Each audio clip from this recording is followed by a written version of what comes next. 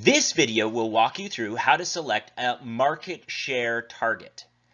This is the top reason why I and many others constantly win Glo-Bus year after year. For a full walkthrough, or just to get your questions answered, see the link in the description to book a Glo-Bus coach.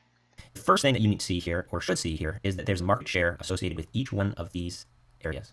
And the market share is also associated with a unit demand, and that goes hand in hand, of course, and it's on thousands, and this is the market share based on percentage. Below that is the number of retail outlets. The retail outlets help sell more units, so if there are more retail outlets that carry your product, then you'll be able to sell more product.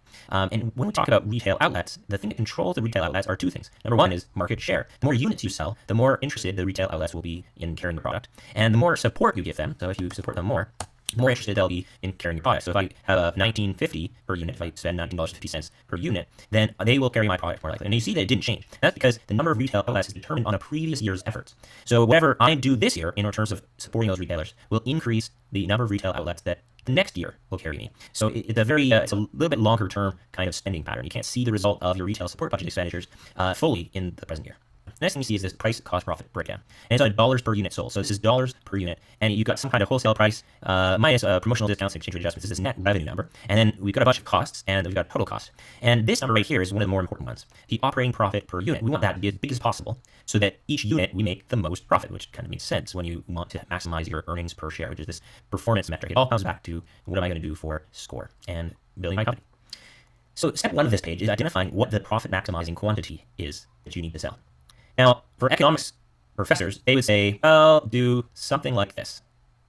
Find profit maximizing quantity for monopolistic competition. You figure out and vary the price, and you see what the demand does. You've got a revenue per unit that you have to look at, the cost per unit, and then you make these calculations. Profit per unit, total revenue, total cost, total profit, and the marginal revenue between those different price points.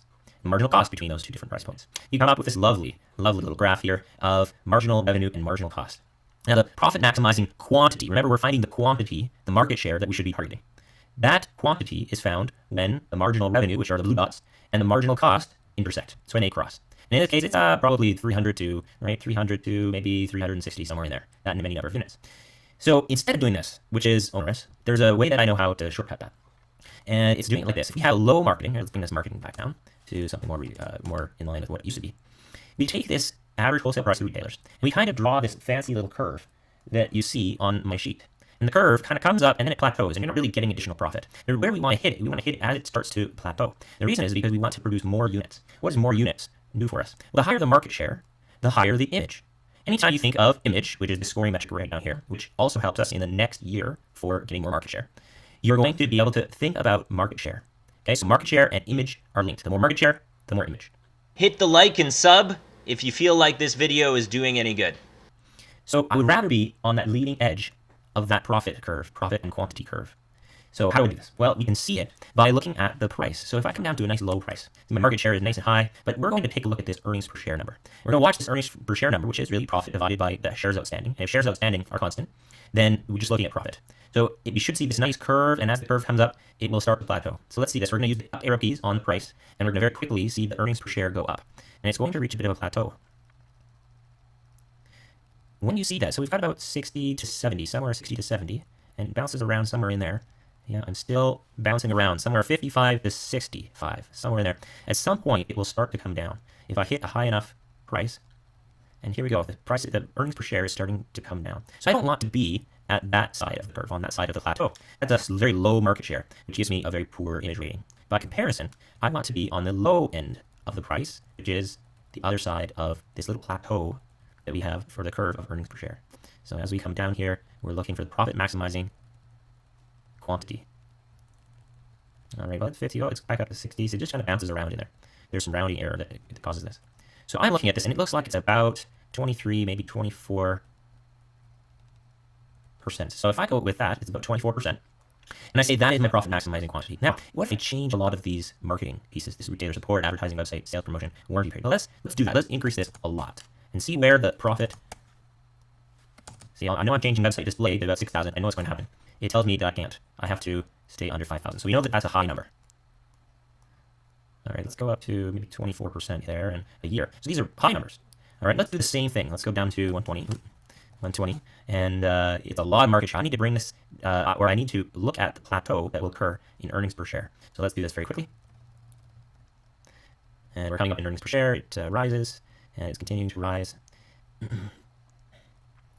And we have more earnings per share with this type of marketing.